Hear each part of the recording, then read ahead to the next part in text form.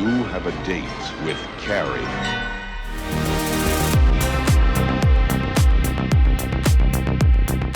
Hey guys, welcome back to the channel, and today we're going to be talking about Scream Factory's newest release, Carrie, on 4K. But before we do that, if you guys are into 4K reviews, movie reviews, some game and some tech along the way, then please consider subscribing because we do all that here.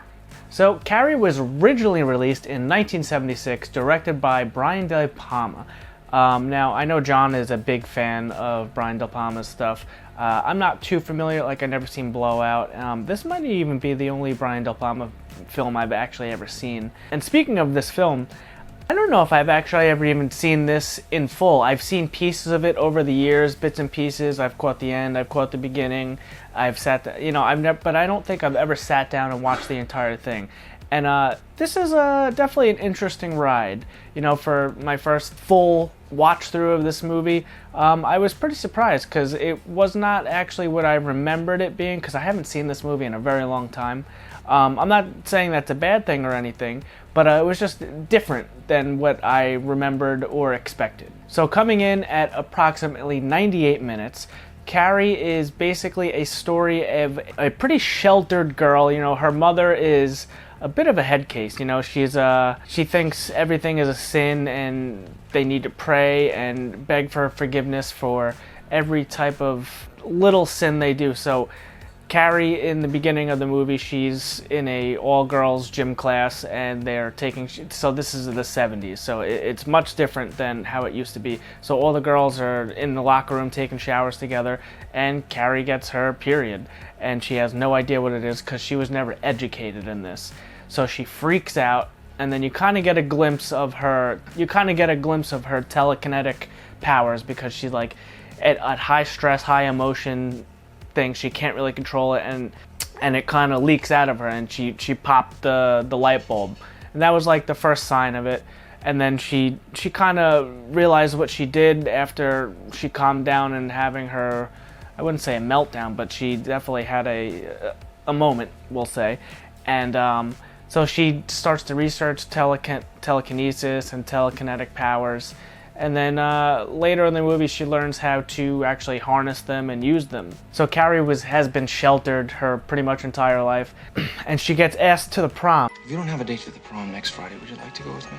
It actually kind of looks like that it's part of a joke, because these group of girls, that nasty, terrible, brutal girls, are trying to get back at Carrie for making them have to do extra work in gym class, you know, just typical. It was just very weird the way that they did the setup, but at the end of the movie, I feel like he genuinely actually wanted to take her there. He ended up it looks like he got killed by the bucket that falls on his head, which I thought was pretty strange. I'm jumping around a lot in this just because I just finished it and my thoughts are kind of all over the place. I just found it kind of weird that at the end so there's a brother and a sister, and then the brother Tommy is the one that takes Carrie to the prom, and his sister is looking at the rope that goes up to the bucket of pig's blood that is what falls on Carrie, and that really sets off a chain of events towards the end. But she genuinely was like, oh shit, we have to stop this. So they genuinely were actually trying to be friends with Carrie and make her more normal, which I thought she was just kind of part of the plan of the pig's blood thing all along. But it turns out that they weren't. John Travolta and Nancy Allen's characters were pretty much the baddies of the movie. You know, he was dating Nancy Allen's character, and she was kind of the main antagonist. She's the one who planned the pig's blood to fall on Carrie. They set up the entire prom that she would win prom queen. She would go up on the stage and think she's finally normal and having a great night, and then they drop this pig's blood on her, and that's just when Carrie snaps. She starts to figure out how to use her powers, and she just unloads on everyone in the gymnasium or the auditorium, wherever it was. And she killed a bunch of people. She killed John Travolta and Nancy Allen's character at the end, like when it looks like they was trying to run her over in the car, and she just throws the car, it explodes. She goes home, and her mother is again, a couple screws loose in her mother's head. She comforts her and then stabs her in the back, and then Carrie ends up defending herself, killing her, and then the entire house implodes on them, and it's just very interesting, a very weird story. I'm trying to find the deeper meaning in this, and the only thing I'm really getting is these girls can be nasty and brutal, and you shouldn't. Again, I'm having a tough time with this one. So the whole house ends up imploding on Carrie and her mother, and that's Carrie's she can't control her power, I guess. It's just imploding on herself, and she ends up killing herself and her mom and a ton of other people along the way. And it was just very interesting, a little weird. Again, I can't figure out the deeper meaning in this. I'm not entirely sure what they were trying to tell me. I just found that these girls were extremely nasty, and Carrie is a bit unstable. But it's not really her fault. Her mother sheltered her, and she could have probably had a normal life. But overall, it's not a bad movie. It's not my favorite movie ever. It's definitely an iconic movie out there as far as like the horror community goes, but it's not my favorite. Overall, I'd probably give the movie probably somewhere in the maybe 2.5 to 3 star range out of 5. So maybe that halfway point. It's a bit dated, and just the story was interesting. I was interested in the story, but overall, it's just I just thought the ending was a bit weird, where she ends up in. I thought she was, after killing her mother, that she would kind of had a chance at a normal life, but she instead decided to stay in the house while it imploded on them. So the ending was probably my biggest issue with this movie. So let's talk about this 4K release. So Scream Factory has had a Blu-ray release of this for a few years now, but now finally we have a new 2022 4K scan of the original camera negative to 4K. So we have our slipcover on here. I got the slipcover edition. I think there was a steelbook as well. I went for this slipcover. And I'm a little upset here because with these collector's editions, usually we get some reversible cover art, and no reversible cover art here. So that's a bit of a bummer, because I would have liked to change that, and with the slipcover and the reversible cover art, you get some variety. So once you pop it open, we have the 4K disc with the feature film. Then we have a Blu-ray with the new 4K scan downgraded to 1080p Blu-ray. So that is that, and there is, I think, 1 or 2 special features on there. There was the Carrie trailer gallery. So that's the only special feature on the feature film Blu-ray disc. And then there is disc 3, which is all of your special features, and there is a lot. This is actually jam-packed with special features. I think that's really the selling point. If you're a huge Carrie fan, this is definitely the edition to have, because that second Blu-ray disc there's like 15 special features on there. There's interviews, there's documentaries, there's still galleries, there's TV spots, a tremendous amount of extras on here. So I didn't really dive into too many of the extras, just because I generally don't do that. I'm just letting you guys know that there is a ton of them on here. So as far as visual quality goes, this is definitely a big upgrade over the previous Blu-ray. However, this is filmed in 1976, so I think the source material was not the greatest, because there was a few scenes in this where it looked a bit muddy, a little, I wouldn't say blurry, but it was just a bit flat. I thought for the most part it looked great. The skin tones looked fantastic. The colors really worked, the vibrant colors, because this does have Dolby Vision, so it really made a lot of the colors vibrant in the scenes that allowed. But there were some scenes where it's just pretty dull, pretty flat. The scene at the end, which is probably the most iconic scene, when she's standing there covered in blood, that red for sure pops off the screen. That, and then there's another scene where there's a bunch of red candles around, and the red is really, I think, the color they focused on with this movie. The red really is just, it's beautiful on the screen. The way it contrasts with the brown wood, and then in the background the blue banner when she's standing there, and then the flames come on with the fire.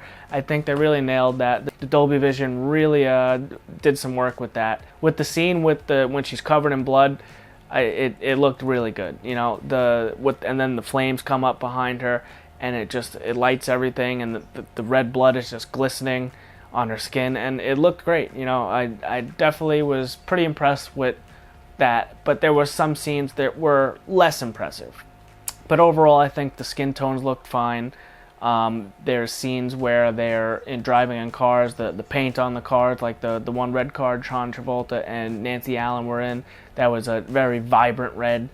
Again, red. A lot of red in this movie, and the red really kind of popped off the screen.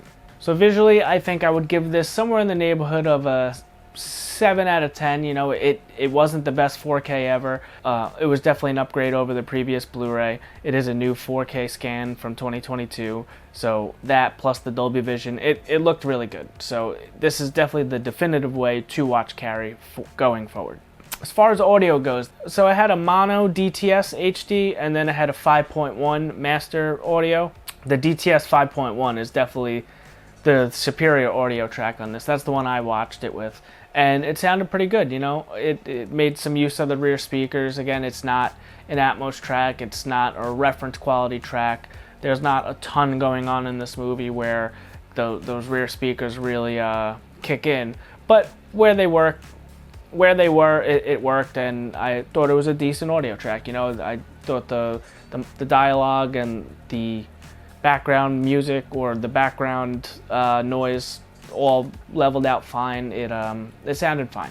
So overall, with the visual quality and the audio quality, I think they were both good. You know, both great. I think Scream Factory did a great job with this. This is definitely the definitive way to watch Carrie going forward. It really comes down to, are you a fan of the movie Carrie? Because this is a tough one. This is a bit of a weird one. It's not, it's mainstream, but it's not at the same time. You know, there's a ton of other horror movies that I'd prefer to watch or rather watch over this. But, you know, if you're a huge fan of the movie, then this is definitely something you're going to want to pick up. Overall, I think I would give this pretty solid 8 out of 10. You know, it visually looked great. Audio sounded great. I really wish that they had a reversible cover art, but the slipcover is fine. I like the artwork that they used here. I just would have liked reversible cover art. The 3 discs, all the special features in there, that's definitely something nice to have in a collector's edition. But my only negative on the packaging would be the non-reversible cover art. If you guys want to pick this up, we will put a Amazon affiliates link down in the description below if you want to grab Carrie on 4K. If you guys like this review, then please consider hitting the like button or consider subscribing, because that is the best way to help us out. But until next time, guys, have a great day. Hey everyone, thanks for sticking around to the end of today's video. It's Monday, and that means it's time for this week's digital code giveaway winners. So if you're new to the channel, we do this every single week. In Friday's video, which this week happened to be Clerks 3 Steelbook review, in that video we asked you guys 2 questions. All you had to do was answer one of those questions in the comments section, and your name was automatically added to this magic wheel right here. And if your name is on this wheel, we're going to spin that bad boy twice, and the 2 names it lands on, they have their choice of the digital codes that you saw on your screen before you today. And we asked you guys, what was your favorite decade for comedy? And we also asked you, what was your favorite Kevin Smith movie? A lot of people's favorite Kevin Smith movie was either Clerks 2 or Chasing Amy. Those were the 2 big answers, or Dogma, which really made me happy because Dogma is actually my personal favorite Kevin Smith movie. I love that movie. And every single answer as far as the people's favorite decade for comedy was either the 90s or 2000, which would be my personal choice for 1 and 2. We didn't have any picks for the 80s, we didn't have any picks for the 70s, and obviously the 2010s have not been too great for comedy. So I personally would have picked the 90s as well, and followed very closely by the 2000s, because that's the rise of Will Ferrell, Judd Apatow films. Just a lot of great comedy came out in the 2000s. But the 90s, I'm a huge Jim Carrey guy, and pretty much a lot of my favorite comedies came out in the 90s, some all-timers. So I can't really pick against the 90s, but the 2000s is tailing very closely. But anyway, guys, without further ado, let's spin this magic wheel and see who this week's 2 lucky winners are. First wheel spin coming up.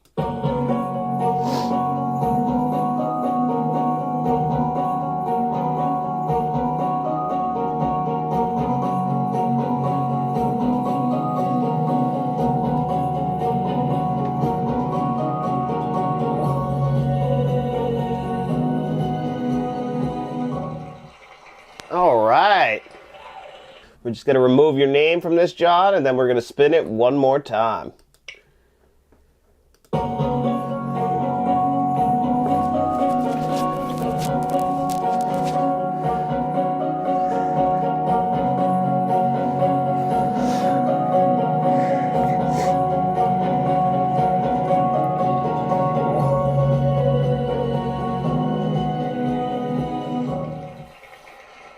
Parallax Scarecrow. All right, congratulations. All right, congratulations, John Ducharme. I hope I'm pronouncing your last name right. And Parallax Scarecrow. Congratulations. John, I know this is your first win. Parallax Scarecrow, I'm not 100% sure this might be your second win. But if it's not, this is how it works, guys. Since you guys are this week's 2 winners, all you have to do is reach out to us on either our social medias, that's Twitter, Facebook, or Instagram, and direct message us and let us know what digital code you want. Or you can also reach out to us on our email, which is letstalkentmt@gmail.com. Same thing, let us know which digital code you want. As long as the other winner didn't take it, that digital code is all yours. And if you guys didn't win this digital code giveaway, come back to this Friday's video where we're going to do this all over again. We're going to ask you guys 2 more questions. All you got to do is answer 1 in the comment section below, and then we'll come back here next Monday, put your names on the wheel, and we'll spin that bad boy one more time. Thank you guys so much for entering into this week's digital code giveaway. We really do appreciate it. I hope I don't sound too bad. I actually have the flu right now, so this video is a little bit hard for me to get through, but the show must go on. But anyway, guys, nothing helps out the channel more than by you liking this video, subscribing to the channel, and telling all your friends.